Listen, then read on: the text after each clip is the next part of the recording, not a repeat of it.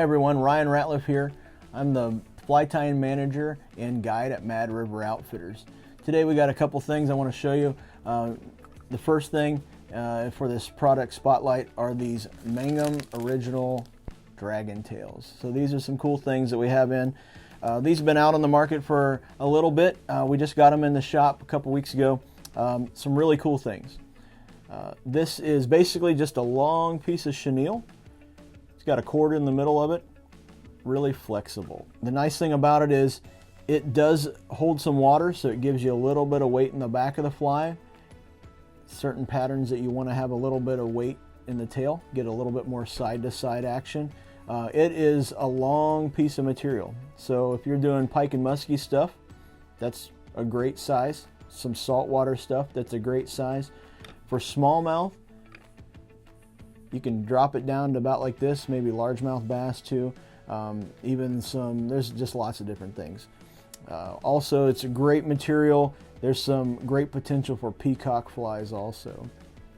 One of the things that we like to do, if we're going to take this, if I pull this apart and I'm only going to use this much, it seems like kind of a waste when you have this much here left over. I'm going to show you in a little bit how to actually get two tails out of this one piece. So you can see this fly here. This is a bulkhead smallmouth fly. Just got half of this tail tied in the back there. So basically all you're going to do is I'm going to have about a length about like this. I'm going to take this, I'm just going to pull this apart. Pretty strong.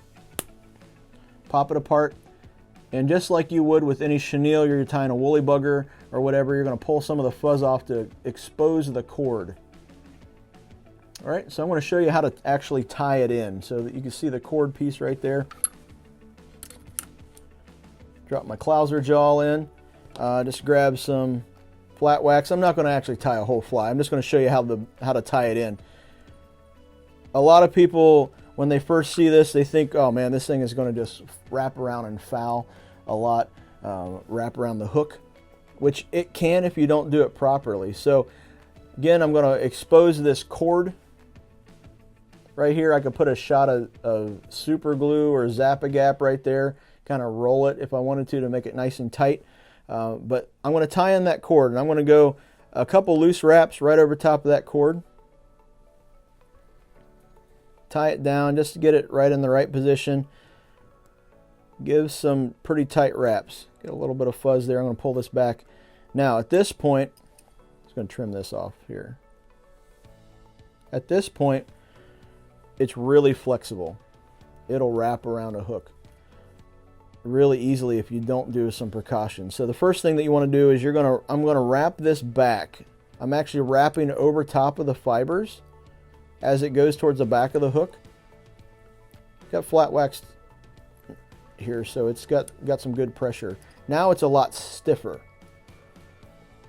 It'll still foul if you don't do some other things, so later on we're going to show you some different flies that we utilize a couple different methods to stop tails from fouling. So this fly here, I got some bucktail in it. It's going to stop it from coming around. You can see the bucktail is going to hold it there. So what I would do is I would overwrap that, get it nice and tight, put a little shot of Zap-A-Gap right there, hold that nice and still. If I'm tying, get one of your little, you're still one of your wives or someone else's hair clip, and just hold that back like that. It takes care of it, holds it there. So that's how you tie it in. Look for a couple more flies, tutorials on this stuff coming in the future. Now, this is something that does make a little bit of a mess when you're doing this, so you want to make sure you have a good spot. But this is what's left of the material. So this would basically be the head of the material, and this is the part that I broke off. At this point, you don't want to just throw this away. This is still a good usable piece. If I just tie this piece in here, it's going to all unravel. So what I need to do is I need to come in the part that I pulled off at that joint. I'm going to pull the fuzz off again, just like I did on the other piece. It's going to expose that cord. Shot a Zap-A-Gap in there. Give it a little roll like that. And now it's firm. It's kind of locked in. You can also hit it with a little bit of lighter and roll it like that. It just kind of melts it. Now I need to build taper. I wouldn't just put this on a fly. This is too large here. I need to actually build the taper into this. So what I like to do is I'm going to hold it in my hand kind of like this. Make it nice and tight. Then I'm going to grab, this is the Dr. Slick, the prep scissor. Just need something with a long cutting surface. And then holding it tight, I'm just going to come in and I'm going to trim this down. Again, this is going to be the tail, this end here. So I'm going to trim everything down like that. And I'm just going to come in and cut this down, give it a little rotate, kind of boxing it off at first, and I can come in and round it off if I need to. A scissor with a long cutting radius, cutting surface is going to be the best choice for this. It's going to make it a lot easier for you to get the job done. It's going to be a lot quicker. This is a synthetic, so it can dull a more delicate pair of scissors. So you want something that's designed to cut this stuff.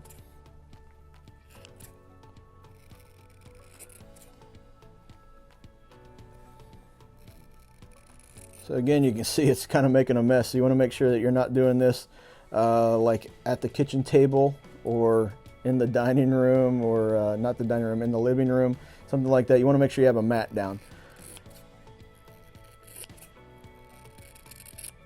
So I'm going to trim this down. I'm going to continue to go around. You can see I kind of started to make that. This side here is still long, but I've kind of got the nice taper there. And I'm going to make this nice and skinny to about the length that I want. If I want to keep the whole thing, I'm just going to trim it down nice and thin. So basically what I've done is I've taken the material, I've taken the whole length here, this piece here, I pulled the tail off. This is originally the nose right here, and I've actually flipped it around to where now the nose is going to be the tail. So I've actually got two pieces. Basically, you're going to cut it in half. Each end is going to be a usable piece. So kind of a cool stuff. It comes in a variety of different colors. Again, it's endless the different types of stuff you can use this for. And it's kind of melted down on this end, not crispy melted, but it's just not going to unravel on one end. You want to make sure that you just have the factory ends are going to be hanging out the end there. If not, you're going to hit it with a little bit of lighter, roll it up, get some Zap-A-Gap on there, and just continue just to trim it however you want it to. You can trim it whatever. If you want it nice and thin, trim it that way. If you want to keep it kind of large in diameter or quick tapered, whatever you want to do. So awesome material, lots of different colors, lots of uses, bass, pike, muskie, saltwater stuff. It's just endless. So definitely we're going to be playing with these a lot. Probably going to have a couple king flies, maybe some salmon flies going to Alaska with these on there, just to see how they hold up and to see what kind of fish we can catch on it. So stay tuned. More flies coming later. More patterns, step-by-step tutorials, those types of things on these materials, and we'll kind of show you the different array of colors that you can get. All right, thanks for joining us for this product spotlight. Make sure you subscribe to our YouTube page, and see you next time. Thanks.